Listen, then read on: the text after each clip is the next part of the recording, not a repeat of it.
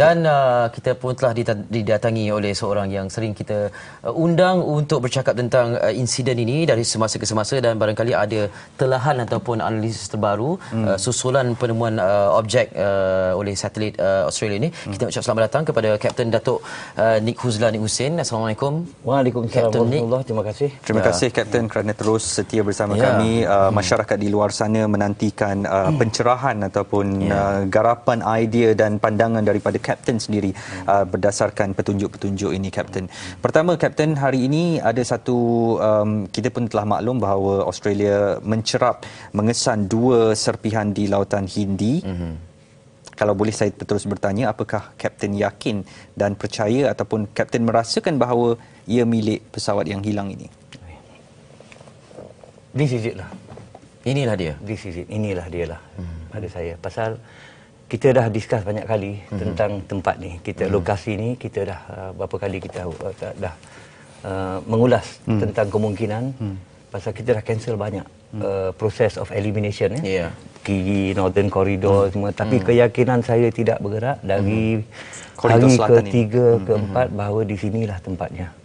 Dan yalah, kalaulah kita bergegas lagi cepat ke sana, mungkin dia punya outlook dia mungkin lain sikit lah.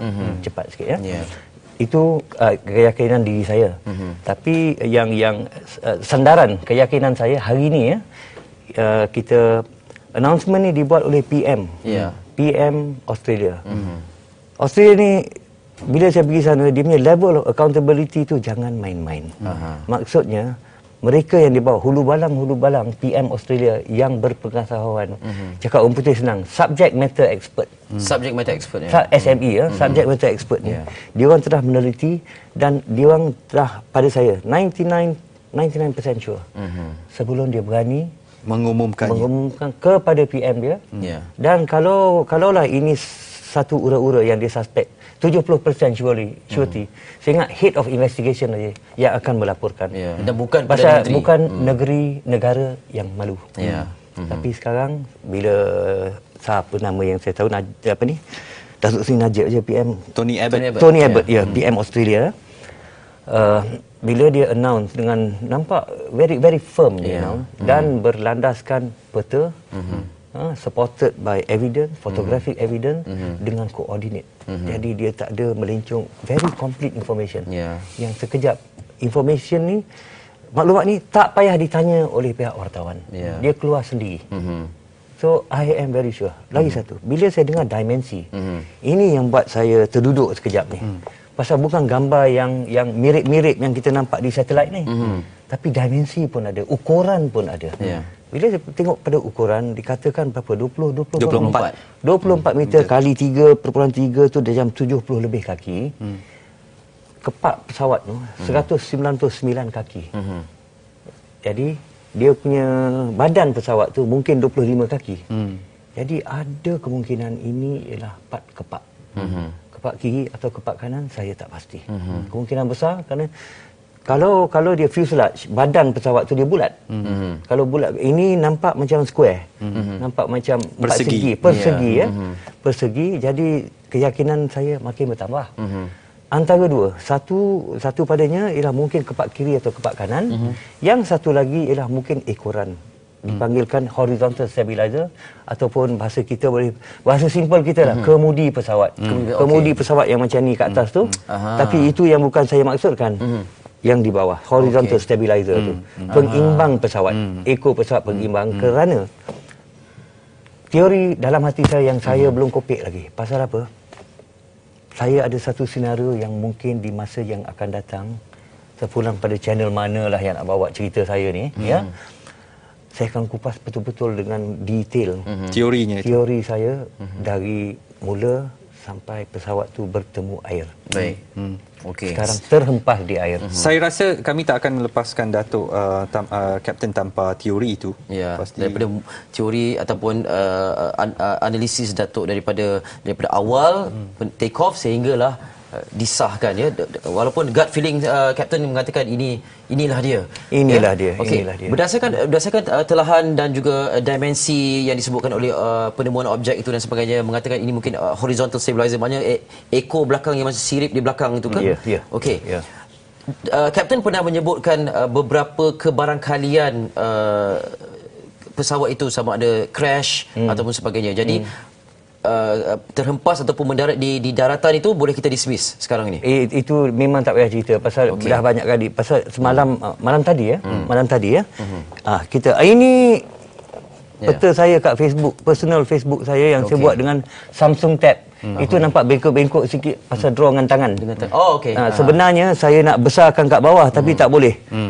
Sebenarnya circle ni sampai kat bawah dan ini ialah betul perantaraan di mana pesawat ni boleh pergi. Jadi memang tak ada northern corridor apa. Ini terus southern corridor. Ini memang Kapten katakan dari hari kita mula kedua ke ketiga ada. Ya di sini dia masa saya berbincang di TV3 di sini. Ya? Kira itu kira radiusnya lah yang simple radius tapi yang atas tu boleh diskaun pasal saya dah kupas hari tu berapa kali dah. Kawasan utara Teluk Bengal atas tu dan Nicobar dan Andaman ni tak payah cari. Pasal apa? Kapal banyak. Kapal terbang hari-hari lalu semua listening watch 1 to 1.5 ELT akan menjerit sure dapat tangkap. Jadi kalau ia pun itulah keyakinan saya ialah di bawah sana nampak tu. Itu point dia. Ya. Kalau kita tengok dari Google Map yang kita suka buat bila kita mencari jalan, map tu flat. Jadi bila flat tu dia punya shape, dia punya bentuk dimensi tu nampak lain. Tapi bila kita pakai bulat barulah nampak tu Malaysia kat atas tu. Dan Sumatera. Itu tanah besar Australia, di sebelah kiri Madagaskar dan juga Afrika. Jadi kita boleh nampak tempatnya di situ loneliest place, tempat yang paling sunyi yang orang tak lalu. Itulah sebab kalau ini tak boleh dijumpa dengan cara coincident. Nelayan tak ada. Yang situ yang saya tahu, yang saya dapat kaji yang baru ialah dia ada apa yang dikatakan tsunami sensor je. Boya. Banyak boya-boya terapung-rapung untuk sensor pergerakan laut di sana. Dan nampaknya dia dah tak jauh daripada Antartika sendiri. Memang tak jauh. Jadi sekarang saya memang tak ada masa untuk buat satu bulatan range. Bulatan kejauhan dengan andaian pesawat ada lebih kurang 4 atau 5 jam minyak di dalam pesawat. Kita boleh buat satu bulatan range, boleh draw satu line atas dan kemungkinan di situ ialah 8-11. Tengok bila kita buka peta macam ni nampak lain. Nampak seolah-olah senang untuk negara-negara berdekatan itu untuk kena pasti. Sebenarnya jauh. Kapten, tapi saya nak tanya, kalau di titik itu, apakah dalam jangkauan minyak yang seperti kita telah perkatakan tu masih logik untuk kapal terbang itu sampai ke situ? 8-11 mungkin kat situ. 8-11 mungkin kat situ. Pasal saya pun tak tengok dari segi range lagi.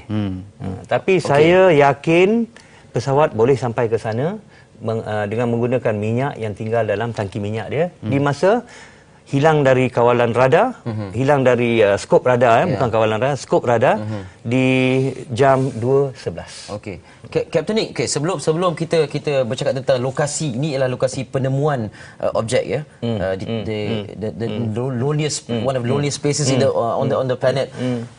Ini hari ke-13 ya, dan kebarangkalian kapal terbang itu mungkin jatuh ataupun mendarat ataupun apa saja di tempat yang lain dan dihanyutkan oleh air.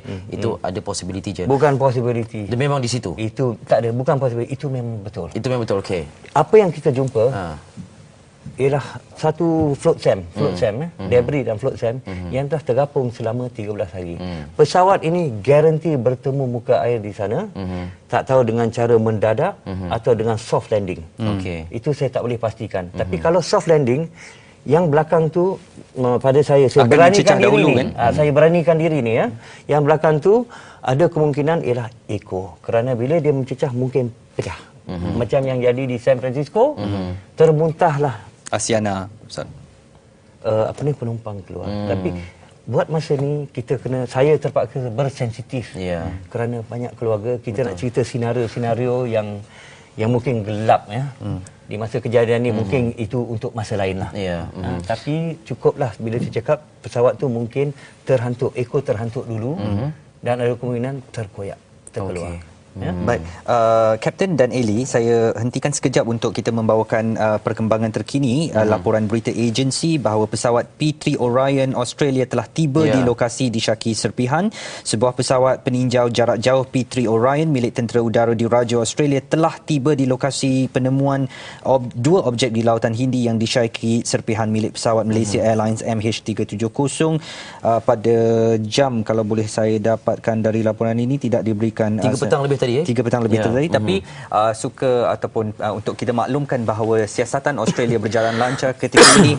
Pesawat P3 Orion milik Tentera Udara Diraja Australia telah tiba di lokasi untuk mencari dan cuba membawakan bukti ini secara nyata, kerana sehingga ketika ini apa yang dapat kita lihat hanya dari imej satelit, dan Kapten Nick akan merungkai lebih lagi. Beliau merasakan yakin, kata beliau ketika membuka perbicaraan pada petang ini, inilah detiknya, inilah dia, this is it, di mana kita telah pun memasuki satu fasa baharu bahawa berkemungkinan serpihan itu milik MH370.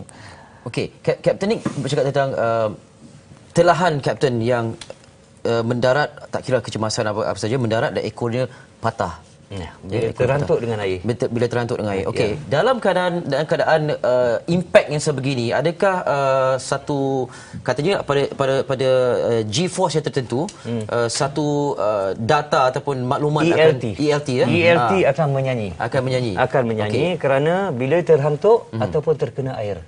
Petunjuk lokasi kecemasan itu, petunjuk lokasi kecemasan dia automatik, tak salah saya ELT 406, tak salah 407, dan dia akan memulakan satu pancaran frekuensi 121.5 MHz. Ini satu dunia tahu, bukan secret. Memang semua orang digalakkan memasang 1215 untuk mendengar apa-apa isyarat kecemasan di mana-mana mereka berada. Distance tu berapa? Distance tu dia tengok, kalau dah ini dah tenggelam, masalah sikit. Okey. Pasal dia dipanggilkan attenuation. Macamlah kita ambil lampu suruh yang kalis air, yang waterproof. Atas kita letak dalam air, ada lagi pancaran di malap sikit. Okey. Dan Orion pergi ke sana tu memang konsisten. Pasal tahap pertama menggunakan satelit. Pasal dia punya jauh mungkin Poseidon pun involve. Mungkin tak ada, mungkin dia orang tak release maklumat Poseidon involve. Poseidon memangnya dilibatkan. Dan pasal saya tengah makan tengah minum teh tarik dengan kawan bila saya nampak ni, tak sempat buat kajian apa, terus datang dengan apa yang saya ada aje. Poseidon dilibatkan dan telah Poseidon terbang. dilibatkan dan Poseidon telah dapat satu footprint, mungkin satellite pun hantar footprint, dia dah diskusi dan dapatlah satu gambar macam tu. Itu kompositnya gambar. Lepas tu the next step is visual confirmation. Pakai mata kasar. Itulah kerja Orion pergi. Dan kita berdoa pasal masa ni, latitude di mana dia berada ni lambat gelap. Lambat gelap. Kita 101 longitude kita. Kalau kita tengok kita di muka bumi, matahari kita awal pada matahari pada tempat tu. Betul. Jadi bila kita dah maghrib, dia masih asal. Jadi masih ada peluang untuk confirm dengan sepenuhnya. Mana hari ini satu hari yang panjang. Hari ini satu untuk mencari. Alhamdulillah jumpa awal. Jadi kegelapan tu akan datang bila masa kita pukul 9. 10 atau 9. 9 Jadi kita tak perlu risau Australia, walaupun Australia maghrib atau isyak dulu, di kawasan itu masih lagi ada dan cahaya. keyakinan saya ni pasal apa? Kalau saya salah, Prime Minister Australia pun salah. Okeylah tu. tak ada risikonya lah. Saya ni orang yang dah bersara, dia orang politik yang besar. Dua-dua bersalah. Tak apa. Itu saya beranikan diri. Kapten, ini hari ke-13. Okey, 8.15 paling jauh, paling lama boleh pergi. 8.15 pagi. 8.11 pagi pesawat tu bertemu muka bumi. Dikatakan last signal yang menyatakan pesawat tu masih berjalan. Okey, berjalan. Okey. Jadi ada kemungkinan kita tambahlah 8.11 pesawat berlepas Kuala Lumpur 12.41. 8.11 7.41 7 jam. 7 jam setengah. Pesawat dikatakan berlepas dari Kuala Lumpur dengan bahan bakar sebanyak 7 jam setengah. Tapi 7 jam setengah tu guarantee. Okey. Macam kereta kita. Bila dia dah tu boleh jalan jauh lagi. Dia ada unusable. Tapi kita tak pakai. Pesawat pun sama. Jadi kalau kemungkinan pakai sampai habis, yang saya garanti 8.35, 8.45 dah memang tak boleh terbang. Okey. Tak boleh terbang. Senang cerita 8.40 impact. Boleh. Nak cakap impact pun payah pasal impact ni macam ni. Ya. Dia mungkin macam ni. Kalau dia ditching, Maksudnya dia mungkin ditching, betul. Itu istilah baru. Misal kata ditching dan sebagainya. Ya. Jadi sebab ELT setakat ini tidak ada sebarang makluman tentang signal daripada ELT tu dikhabarkan. Betul, Jadi maknanya float sand yang dijumpa tu dah 13 hari. Ya. Jadi yang bijak pandai di sana akan tengok oceanographic chart. Oceanographic chart ni akan menunjukkan secara detail pergerakan air laut, pergerakan arus di sana. Dan pergerakan arus di lautan selatan Hindi ni is very predictable.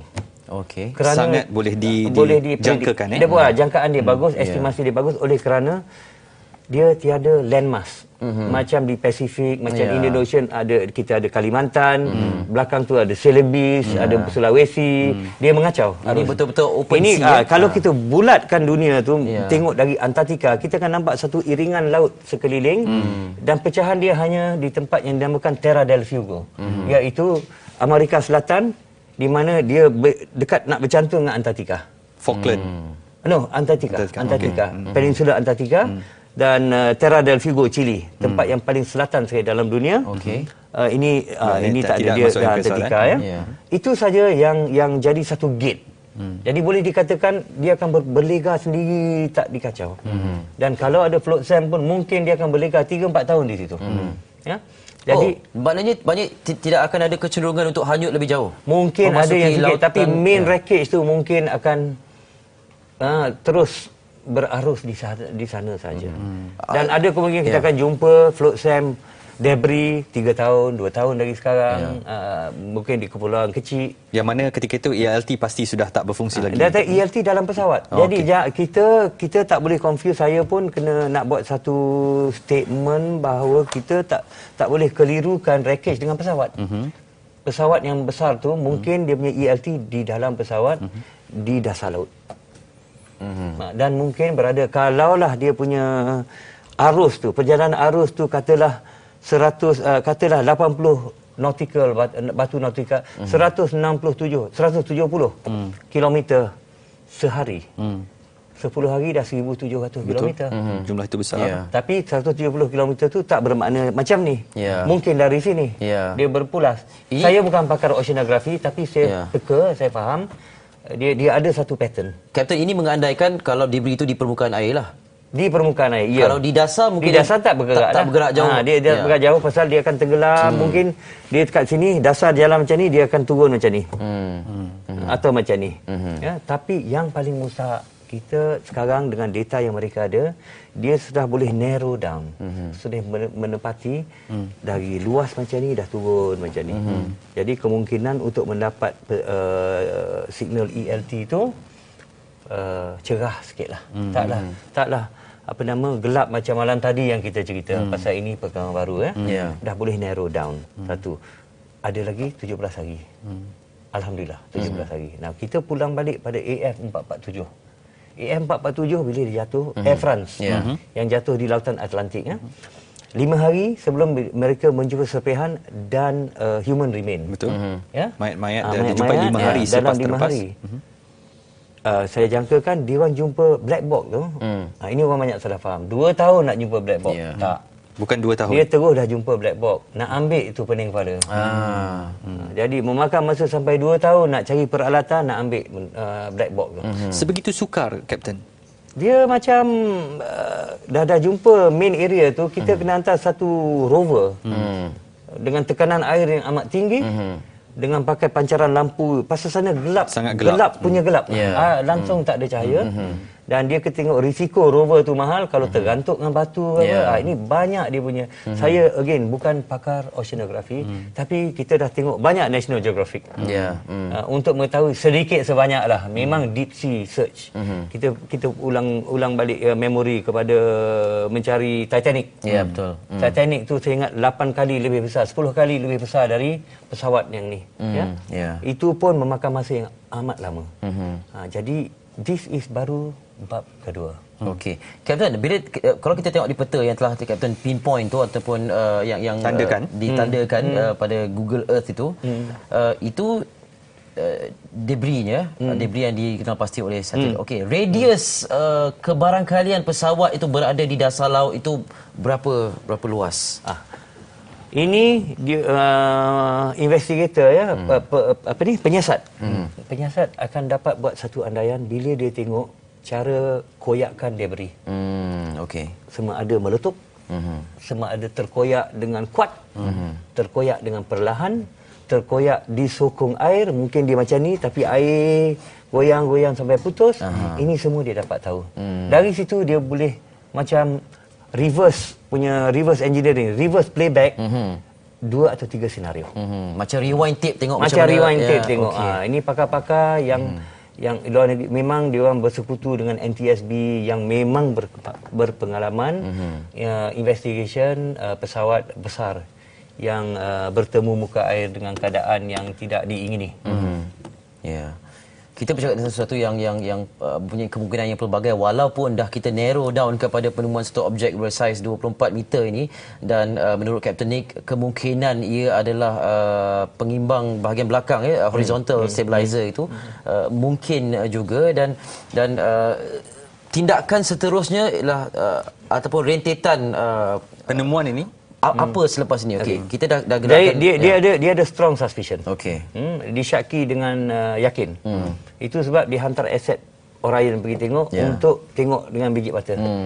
Yang pergi itu saya tak tahu, expert kapal terbang, engineer kapal terbang ataupun askar. Pasal untuk mengenal pasti dengan pasti. Itu serpihan dari Boeing 777 dan bukan sebarang Boeing 777. 9MMRO.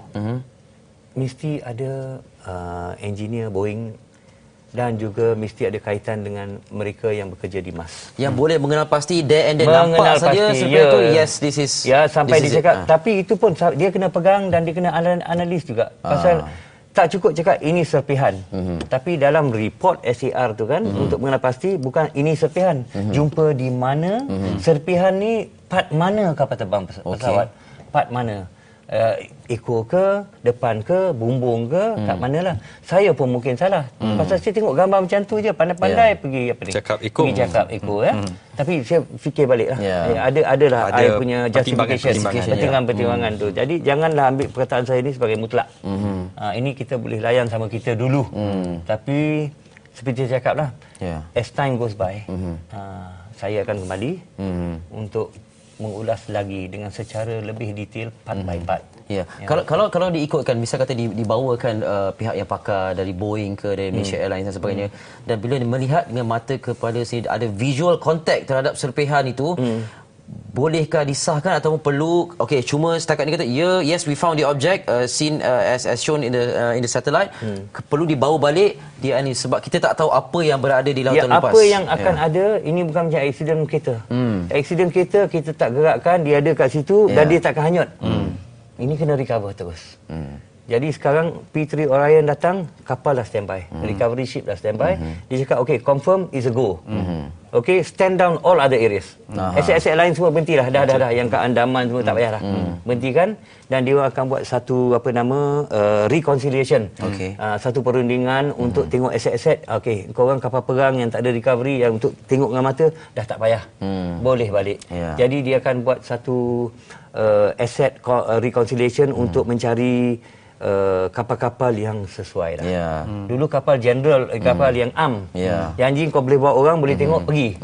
Tapi sekarang dah tahu dah narrow down. Pada pengamatan Kapten, kalau dah serpihan itu berjaya dibawa naik ke kapal dan sebagainya, berapa lama agaknya penelitian atau analisis dibuat sebelum dapat mengesahkan bahawa itu mungkin sebahagian daripada sekejap saja. Kerana bila dah pegang di mata, dapat pegang, kita sudah boleh tahu. Dah boleh tahu mana pasal pesawat ni tak ganjil. Saya tengok pun saya boleh pastikan dalam masa mungkin 2-3 jam. Kena buka buku. Tapi kalau engineer yang dah biasa kopek kapal pasang balik tu, Dia tengok aja, dia tahu ini part ni dari third window kat bawah, dia akan tahu semua. Secara lebih spesifik. Dan cita-cita ya, investigator yang paling bagus, dia akan cari kalau dapat recover semua pesawat ni, semua part-part debris pesawat ni, dia akan pergi pada satu hangar yang besar. Dan dia buat satu rangka pesawat. Dia akan susun seperti pesawat tu lah. Kalau enjin kiri, enjin kanan, dia akan susun. Ini kalau jumpa lebih kalau banyak, jumpa debris yang besar, satu, bila jumpa, dia kena fikir dari segi economic recovery.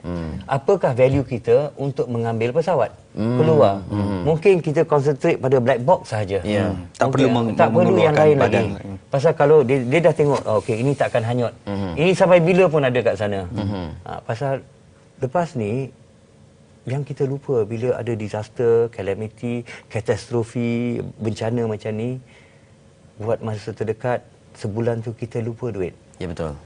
Pam aja semua jalan. Tapi akan ada satu ketika siapa bayar? Betul.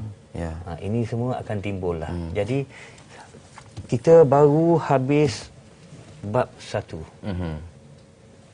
Ni lagi. Ada banyak bab 2, lagi. Bab 3, bab 4, bab 5, bab 6. Jadi saya jangka benda ni akan berpanjangan. Tapi pencerahan dah matahari dah mula.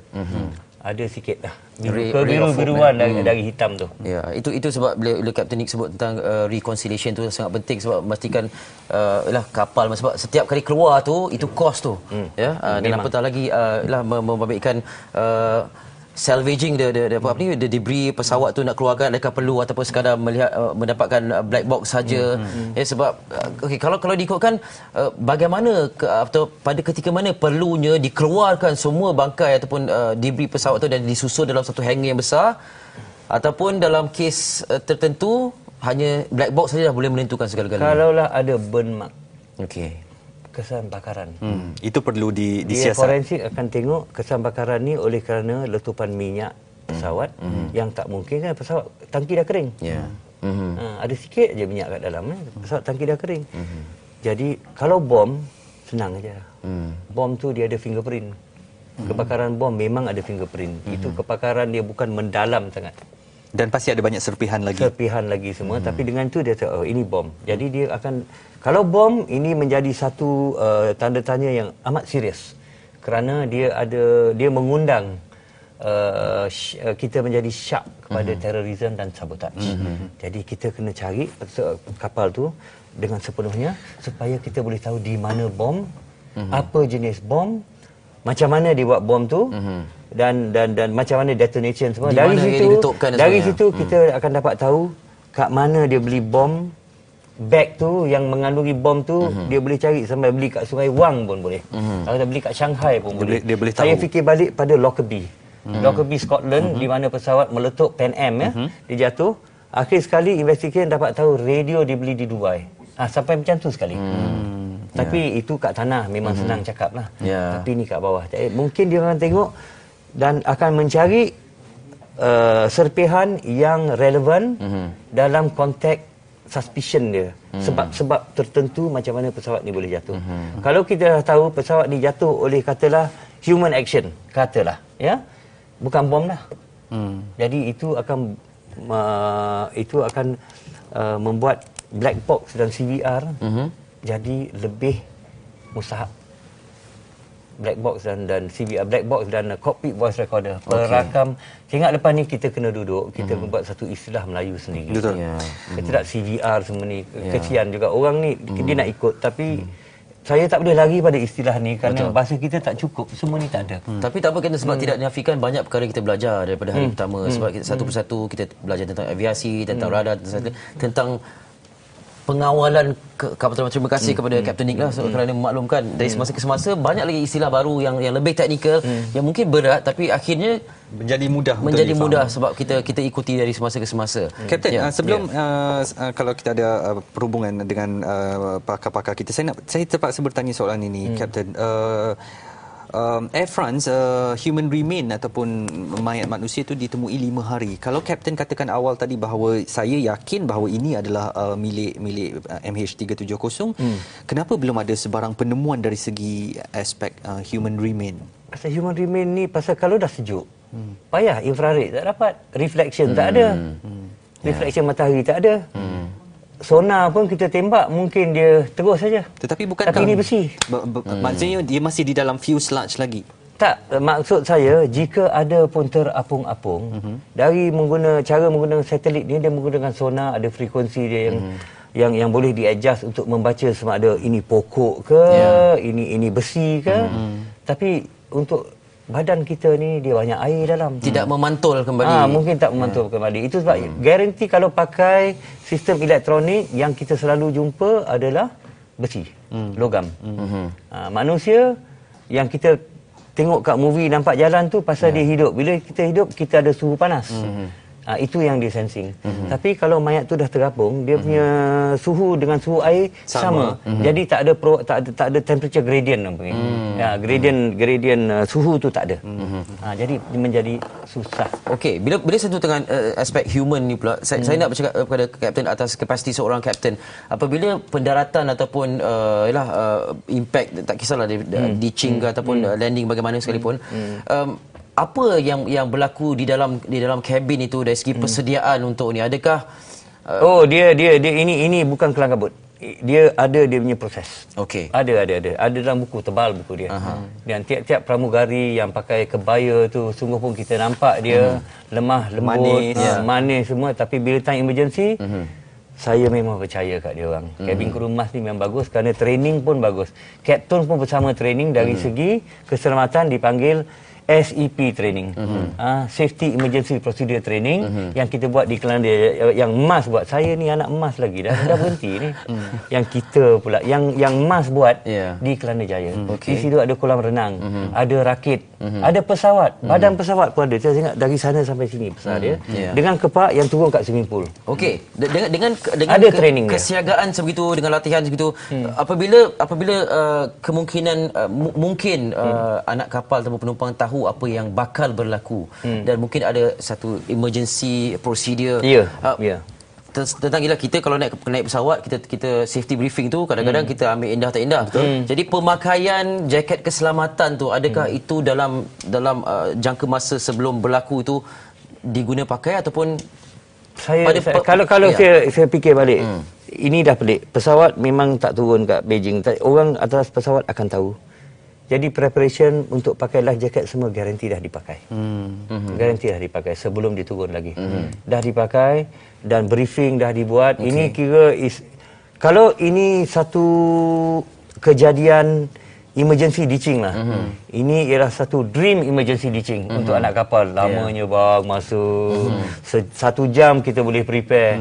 Passenger pun kita boleh letak sana tempat duduk, tempat dah tu tiap-tiap tingkap tu kita letak penumpang yang gagah supaya boleh buka. Ini dream. Ini satu impian lah. Kalaulah jadi kat saya, biarlah macam ni. Kalau nak turun dalam air, banyak masa. 1 jam boleh prepare, bukan naik, pum, jatuh. Jadi dia ada semua tu. Jadi sebelum tu pun mungkin tiap-tiap anak-anak kapal akan bermain dalam kepala. Okey, silent review, on touchdown saya ke sana, engkau ke sini. Ini semua dah ada duty dia. Dia tak ada berlanggar-langgar kat dalam dah. Turun aja, pintu 1 engkau jaga, pintu 2 engkau jaga. Kalau jadi apa-apa kat dia, ada assist crew lagi. Maknanya ada sandaran. Jadi tiap pintu tu 3 orang, satu kat tengah mungkin untuk cover ni atau cover ni. Jadi dia berkomunikasi semua dengan bagus dalam ideal situation untuk melancarkan matlamat dia, untuk melancarkan slide draft. Kat pintu tu bila buka, pum, terus automatik. Bila life raft tu terbuka, angin masuk, terus dia inflate dalam masa yang garanti kurang pada beberapa saat yang saya lupa lah. Memang cepat. Dengan sekaligus ELT pun berbunyi. Okey, kita tangguhkan seketika sebab bila kata ada prosedur yang betul-betul tersusun teratur sebelum apa-apa kejadian ataupun berlaku ke atas pesawat itu, menghentam ataupun mendarat di air dan sebagainya, bersama dengan Kapten Datuk Nik Huzlan Husin. Kita nak bersama dengan Profesor Dr. Muhammad Razali Mahmud, pakar hidrografi dan pemetaan dasar laut yang barangkali boleh memberikan sedikit panduan berkenaan dengan keadaan di Lautan Hindi ini. Hello, Assalamualaikum. Waalaikumsalam. Profesor Dr. Razali. Ya, saya. Ya, terima kasih kerana sudi untuk berhubung dengan kami. Untuk insiden ataupun penemuan objek di Lautan Hindi ini, dari segi keadaan permukaan ataupun laut di kawasan berkenaan itu, mungkin ada pandangan tersendiri, Prof, silakan. Okey, pertama sekali kan alhamdulillah lah, saya rasa yang paling penting kita dapat memperkecilkan area of search ni, sebab dalam keadaan lautan Hindi yang luas tu memang sukarlah kita nak usaha-usaha misi mencari dan menyelamat ni. Dengan berita yang baru dilaporkan oleh pihak Australia, saya rasa itu memberi harapan baru kepada usaha-usaha mencari dan menyelamat ni. Walaupun masih kita kena confirm betul objek yang dijumpai itu benar tak daripada pesawat MS-370 dan drift objek tersebut daripada masa, kalau benar lah daripada masa katakan pesawat MS-370 tu jatuh di lautan Hindi, itu pun kita nak kena pastikan jugalah, sebab mungkin ini dah masuk hari yang ke-13. Jadi berapa jauh dia telah hanyut tu atau drift tu, sesuatu yang perlu dilihat juga. Dan tak dapat dinafikan lah kalau mengikut jarak yang diberikan oleh pihak Australia tu memang dalam 2,500 ke 3,000 meter tu, kedalaman dia melebihi 4,000 kilometer. So dalam jadi dengan gelombang, kalau kita tengok data-data oceanografi, arus, gelombang wave dia, current dia, temperature dia, itu satu cabaran yang besar. Tapi yang saya rasa paling utama ialah harapan tu yang untuk kecil area of search tu. Itu yang paling utama. Dan kalau kita dapat buat kajian sikit semasa kapal, kalau objek itu benar-benar lah pesawat MS-370 di mana dia jatuh dan sekarang dia berada kat mana, jadi kita boleh buat ramalan ke belakang. So saya rasa itu mungkin usaha yang sedang dilakukan lah. Ya, okey, Prof. Dari segi the nature of Indian Ocean itu sendiri, bagaimana? Adakah sebab bila disebutkan sebagai very lonely area, tempat yang sejuk, senyap, yang sunyi, tidak ada sebarang aktiviti perkapalan dan sebagainya. Pergerakan arus itu adakah seperti yang Kapten Nick sebutkan itu predictable dan sebagainya, adakah senang, lebih mudah, ataupun disebabkan ini lautan lepas, kebarangkalian arus itu boleh ke mana-mana? Ya, itu memang benarlah sebab ini laut lepas. Jadi seperti dengan mana-mana laut, terutama laut ni ialah laut yang kurang laluan. Tapi yang saya nak tekan kat sini bahawa usaha pencarian tu menggunakan teknologi sonar, saya rasa patut diberi tumpuan bagi kerja-kerja sonar laut dalam. Sebab pada pandangan saya, sonar yang kita kenali sebagai multi-beam sonar atau sonar pemburu gema berbilang alu boleh mencapai sampai 11,000 kilometer. Jadi untuk kedalaman melebihi 4,000 hingga 7,000, saya tak nampak ada masalah. Tinggal lagi kita usaha pihak-pihak mencari menyelamatkan, kena identify lah location yang betul MS-370 tu kalau benar jatuh. Itu yang paling mustahak sekali. Sebab kalau kita mencari tempat yang tak berlaku tu, jadi kita akan makan masa yang lama lagi. Jadi itu saya rasa yang mungkin sedikit ramalan, prediction di mana pesawat tu jatuh, itu yang pertama. Lepas itu saya rasa yang perlu dilakukan ialah menggunakan dia banyak teknologi sonar ni yang menggunakan mother vessel, menggunakan apa yang kita kenali sebagai autonomous underwater vehicle, itu sendiri robot yang boleh kita turunkan sehingga 6,000 kilometer. Tapi bergantung pada tekanan jugalah. Kita boleh pergi dalam tekanan kuat, ataupun kita gunakan ROV, remotely operated vehicle, yang sambung dengan kabel, turunkan. So, tapi saya rasa yang paling penting sekarang ni adalah untuk identify di mana tanda buaya bagi kawasan yang kita nak usaha mencari dan menyelamat tu. Kita sweep kawasan tu. Memang cabaran ni memang tak nafis, sebab inilah kawasan dalam, gelap. Tapi dengan teknologi sonar yang ada masa ni, kita boleh buat liputan dasar laut yang terperinci, tetapi tertakluk kepada tanda-tanda yang tadi yang kita telah kena pasti tadi. Sebab kalau kita dapat kena pasti benar-benar di mana jatuhnya pesawat ni, kita boleh mencari buat liputan yang terperinci. Dan kalau katakan ada tanda-tanda imbasan menunjukkan sebab dia bergantung. Kalau dia jatuh flat, senang. Kalau kadang kapal terbang tu ada lagi bentuk rangka dia, jadi senang kita identify. Tapi kalau sekiranya bagi kawasan yang rendah tu cetek dan dalam tu, itu yang dikuatiri serpihan. Itu agak sukar sikit sebab imbasan ni sebab kita melakukan interpretasi. Tapi kalau once kita dah dapat sebab alat peralatan multibeam sonar ni dia boleh 3-in-1. Satu pengukuran, satu imbasan secara umum kawasan tu dan lebih detail. Sebab dia bergantung pada alur pada sonar tu. Ada alur yang 500, 900 alur, dan setiap alur ni boleh memberikan lebih terperinci. Dan alur ni pun boleh difokuskan. So ini masalah masa search and rescue jugalah boleh dilakukan. Prof, ini kira keupayaan sonar itu sendirilah ya. Ini kalau misal kata serpihan ataupun pesawat itu hanyut di dasar laut lah ya. Prof? Ya, okey. Sekarang ni saya nak tanya, ni out of curiosity, bila bercakap tentang ada buaya yang mengesan seismik ataupun mengesan tsunami dan sebagainya ni, adakah misal kata ada satu pergerakan desiran laut apabila sesuatu pesawat atau apa saja berlaku membuatkan ombak tu bergerak lebih besar, adakah itu boleh dikesan oleh detektor ini? Saya tak pasti tu sebab saya tak tahu sama ada bila pesawat tu jatuh daripada permukaan air dan terus ke bawah tu, saya tak percaya dia akan bagi impact dia. Jadi bila kita kata seismik tu lebih kepada pengesanan dasar laut, apa yang berlaku dasar laut dan ke bawah ya. So tapi itulah saya rasa dalam kes ni saya tak berapa pasti sama ada kita boleh sebab kalau paling berhampir pun untuk tsunami detection ada satu pangkalan di Hawaii yang dimiliki oleh tentera dimiliki oleh Amerika Syarikat. So jadi itu mungkin tidak perlu dijadikan sandaran keutamaan dalam pengesanan ini ya.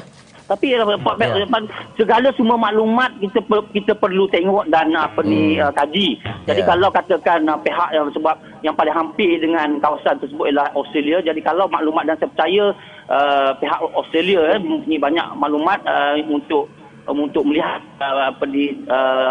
usaha penyelamat ni. Jadi kalau apa saja maklumat yang boleh dikongsi, saya rasa termasuk pergerakan kalau ada seismik tadi boleh juga membantu bagi mengenal pasti lokasi sebenarnya pesawat itu berada. Okey, baik. Terima kasih Profesor Dr. Muhammad Razali, pakar pemetaan dasar laut dan oceanografi dan hidrografi dari Universiti Teknologi Malaysia. Kita masih lagi bersama dengan Kapten Datuk Nik Huzlan Nik Husin, bekas Ketua Juruterbang Penerbangan Serantau MAS, dan jangan lupa kami ingatkan kepada anda kalau mengikut rutin seperti biasa, dan saya belum mendapat apa-apa perkabaran bahawa tidak akan ada sidang media pada hari ini. Kita nantikan sidang media pada jam 5.30 petang nanti yang akan dilangsungkan di Pusat Media KLIA, akan dilakukan oleh Menteri Pertahanan yang juga pemangku Menteri Pengangkutan kita, Datuk Seri Hishamuddin Tun Hussein. Kembali bersama dengan Kapten yang pada awal tadi telah pun mengatakan satu istilah "this is it", inilah dia, kepada penantian 13 hari.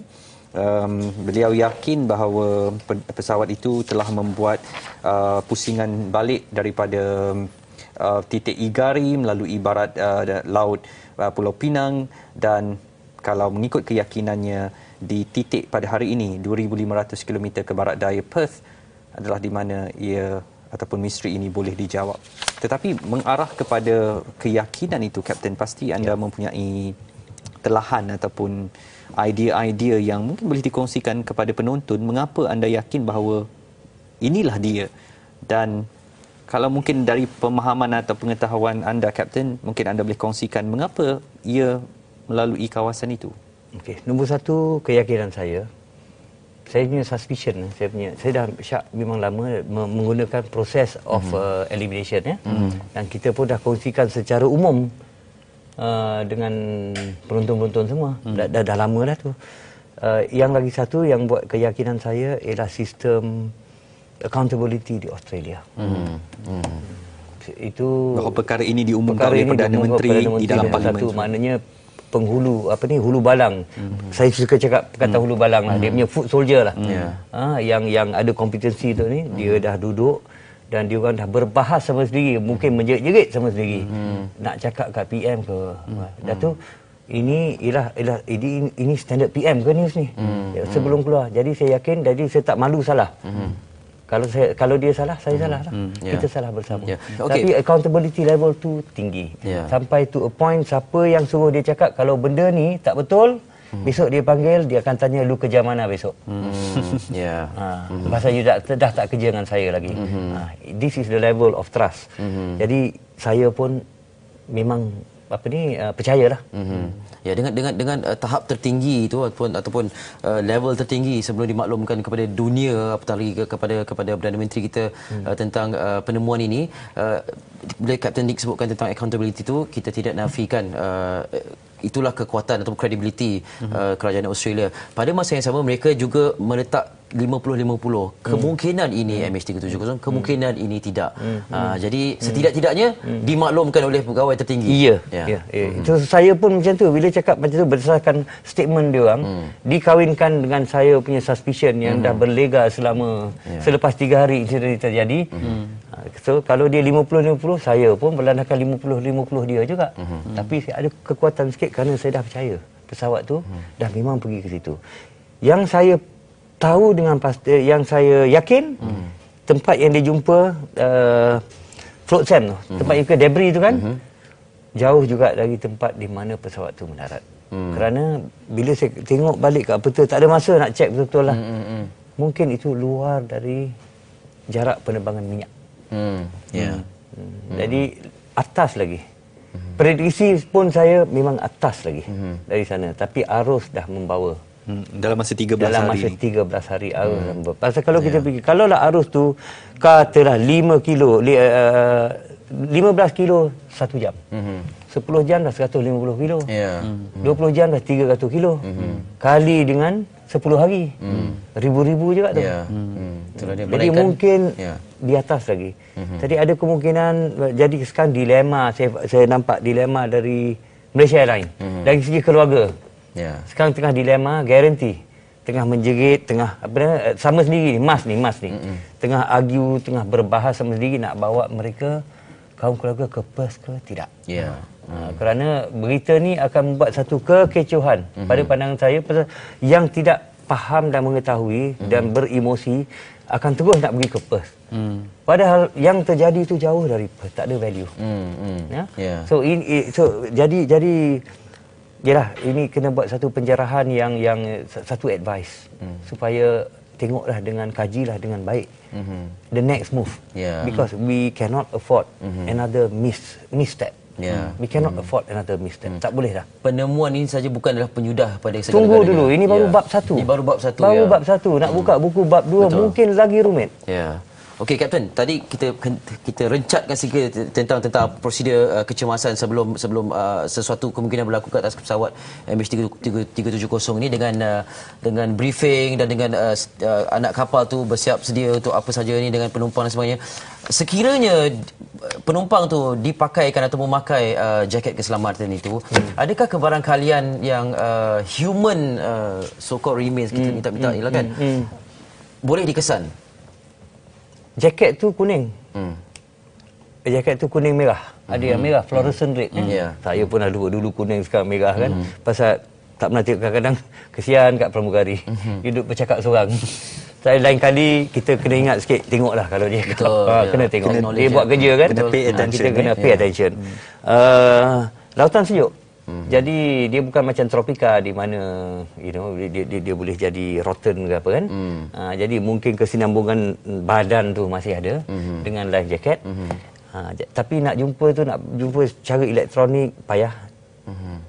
Kemungkinan dengan mata kasar. Jadi itu saya cakap baru bab 1 ni. Bab 2 is pencarian. Bab 3 recovery. And then cost macam-macam yang akan mengikuti perjumpaan ini. Betul. Setiap daripada 239 itu mempunyai cerita tersendiri. Yang perlu dirungka, yang perlu difahami. Yang ini adalah sesuatu yang sangat-sangat mencabarlah. Saya nak tanyakan kepada Kapten, kalau jaraknya lebih 2000 km dari Perth, Kapten, apakah radar Australia tidak dapat mengesan awal-awal kemasukan sebarang pesawat ke wilayah itu?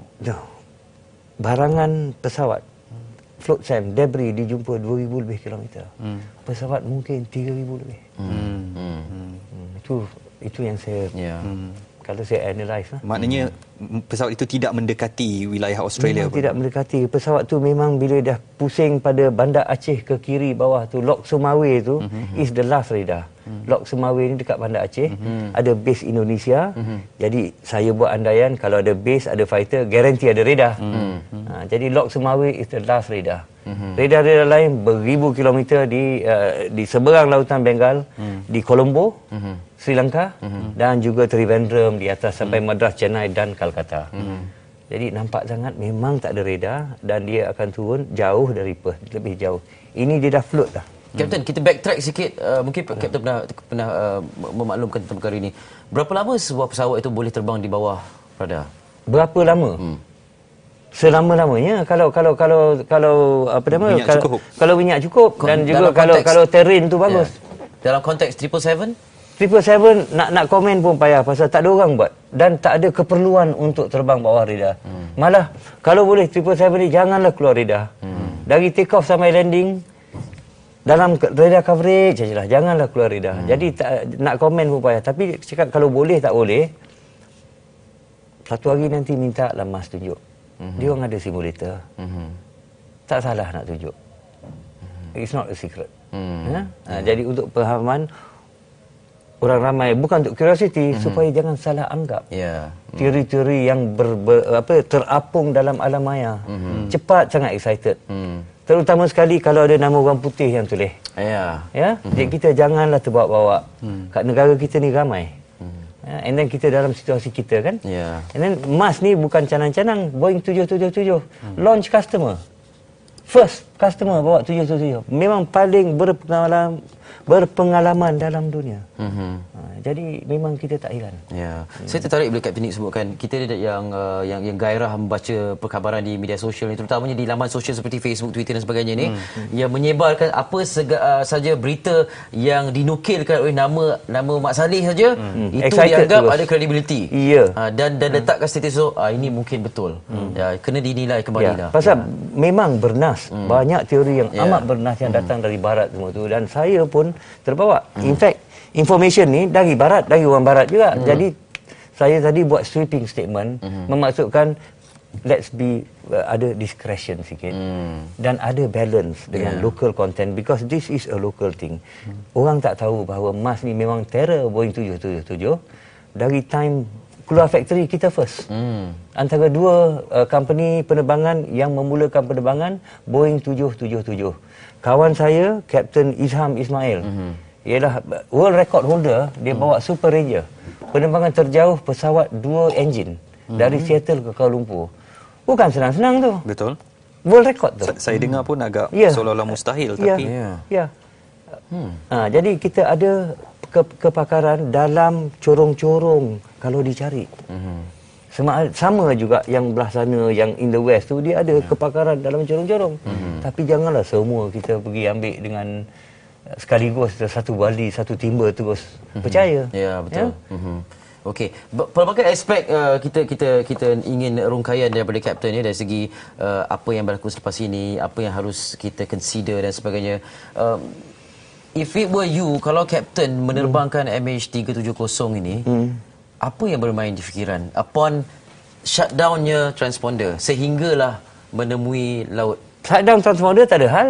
Okey. Kalau transponder rosak. Selepas itu, kalau ikut kronologi, chronologically speaking, lepas bisa kita transponder rosak, apa yang bermain di untuk transponder rosak ni, kalau saya bawa kapal terbang tu, kalau transponder rosak, saya pergi kat co-pilot, pasang transponder dua bang, tuk dia letak nombor dia, rosak lagi lah, cek belakang, tengok terkeluar tak circuit breaker tu, itu aja. Sambil dia cek belakang tu, air satu, tak ada hal. Dah tu Kapten tak boleh repair lah, tak boleh apa, rosak. Transponder rosak. Okey. Cakap Ho Chi Minh, brother, transponder rosak. Okey, jalan seperti biasa, report kat sini. Habis cerita, pergi Beijing. Sampai Beijing, panggil engineer. Hello, tolong. Terima kasih. Pergi hotel tidur, pagi besok naik 777 dah cantik. Kata pesawat tu akan balik. Pesawat tu tak boleh berlepas kalau transponder tak repair. Tapi kalau di udara, dia bukan dikatakan satu kecemasan. Hanya satu kerosakan yang require untuk pilot tu ambil aksi-aksi tertentu yang dah tertulis dan ada dalam buku. Mudah. Sebagai kapten MH370, semua ni tidak berlaku. Tidak berhubung dengan Ho Chi Minh, tidak berhubung dengan Beijing dan sebagainya, dan pesawat menghala ke sebelah koridor selatan. Tapi saya kalau bawa pesawat yang kalau dia pusing, saya akan off lah autopilot, bawa sendiri. Check dia punya navigation system dengan co-pilot saya. Aku tengok tu, aku bawa jap. Pusing kat tu tengok, oh ini disconnect. Okey, pasang balik. Tung. Cantik. Tung, kopi satu. Maknanya ini no problem. Bermakna kapten tidak akan putus komunikasi dengan banyak cara dia. Kalau putus sekalipun, dia ada prosedur yang terperinci di mana kita terbang terus mengikut estimasi plan kita. Tiap-tiap penerbangan tu ada flight plan.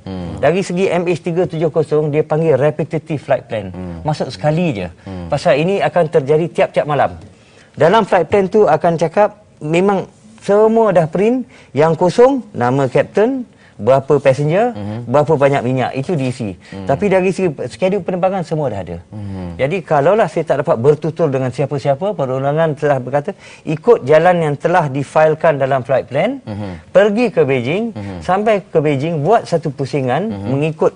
Jadi bila kat Beijing, nak turun kat Beijing tu, kita akan buka lagi satu buku, dia ada akan tulis radio failure procedure. Jika berlaku kerosakan radio dari segi mulut, buat macam ni. Jadi kita ikut, dah tu land, dah tu panggil mekanik, repair. Itu kalau misal kata pesawat itu boleh dikesan lah oleh ATC. Memang boleh dikesan. Kalau tak boleh kesan pun terus saja. Tapi nak cakap tak boleh kesan tu mustahil lah. Radar ada. Kalau pesawat kita tak boleh dikesan, mungkin airport yang besar macam Beijing dan juga Los Angeles dan mungkin even Kuala Lumpur tak ada airport, delay dia kuat. Pasal bila ada radar, kita nampak pesawat. Jadi dia punya spacing 5 batu pun boleh. Tak apalah, atau kita nampak, okey, dia ni corner, okey kau corner. Dia ni pusing, dah land, dia ni pusing. Pasal kita nampak. Bila tak nampak, dia ada radar failure procedure pula yang akan dibuat oleh controller, yang akan mengatakan pusing sana, dia punya spacing dia jauh sikit. Konservatif sikit dia punya control tu. Supaya kata terbang tak berlanggar. Dia tak menjadi satu hal, tak ada radar. Saya terbang dalam kawasan tak beredar lebih kurang 15 tahun bila saya start terbang. Pasal advancement untuk radar, bajet radar tak ada. Tak ada radar, cakap dengan radio. Itu tak ada hal. Itu sebab kita ada pilot 2 orang kat atas. Harapan harapan the life of the passenger. Betul, That's what the pilot is for. Kita menantikan isyarat daripada pusat media KLIA untuk sidang media yang pastinya hari ini akan menjadi tumpuan. Mungkin kita menantikan apakah akan ada pengesahan daripada pihak berkuasa negara ini tentang sebarang maklumat yang mungkin diterima daripada Australia, maklumat terkini maksud saya.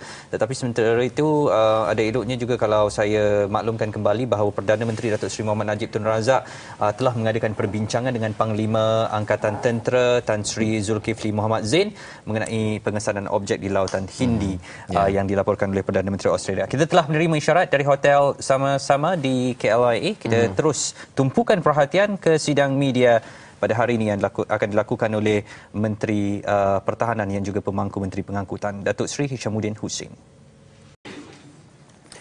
Itu dia sidang media yang dikepalai oleh pemangku Menteri Pengangkutan Datuk Seri Hishamuddin Hussein, dan kita masih lagi dalam siaran khas dalam misi mencari MH370 pesawat Malaysia Airlines. Sudah masuk hari ke-13 dengan harapan memasuki satu ruang baru dengan penemuan objek daripada satelit Australia yang mengatakan dua objek sebesar 24 meter dikesan kira-kira 2,500 meter dari barat daya Perth, Australia. Bersama saya masih lagi Kapten Datuk Nick Hussein, bekas Ketua Juruterbang Penerbangan Serantau Malaysia Airlines. Dan Kapten, daripada pengamatan Kapten berdasarkan apa yang dimaklumkan dalam sidang media tadi, apa yang boleh Kapten katakan? Pertama sekali saya nak ucap syabas pada Datuk Seri Hishamuddin lah.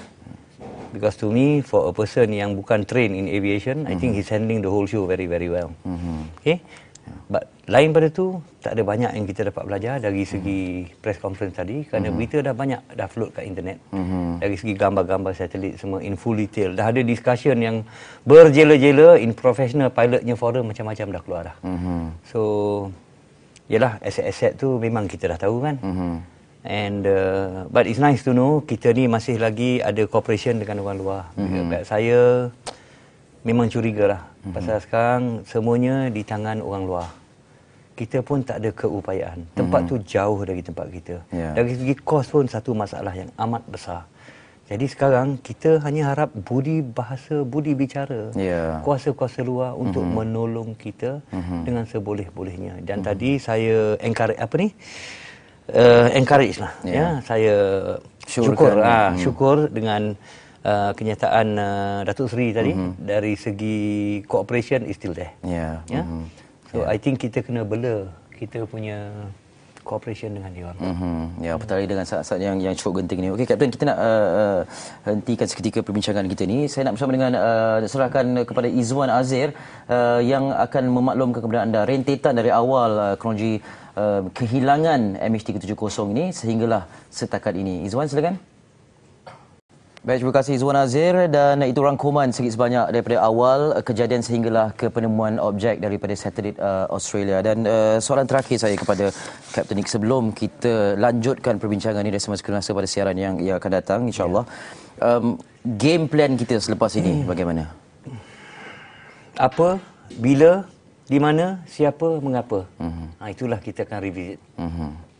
Pasal benda ni dah banyak sangat report. Ke kiri, ke kanan, ke atas, ke bawah. Kronologi Izwan dah tunjuk tadi. Tapi kita nak ketatkan lagi dari segi apa, bila, di mana, siapa, paling musak, mengapa. Mengapa. Dan kita akan perincikan lebih lanjut dalam siaran akan datang. Kapten Nick, terima kasih sudi bersama kami. Dan kami hargai segala pandangan, buah fikiran dan juga telahan dan analisis daripada Kapten Dato' Nick Huzlan, Nick Hussein, bekas Ketua Juruterbang Penerbangan Serantau Malaysia Airlines. Dan kita berehat buat masa ini untuk seketika. Jangan lupa untuk menantikan perkembangan terkini dalam siaran di TV3, terutamanya dalam Buletin Utama. Dan sekian dahulu daripada saya, Ali Iskandar, mewakili Saiful Izam dan juga Izwan Azir Saleh. Dan kita jumpa lagi. Assalamualaikum.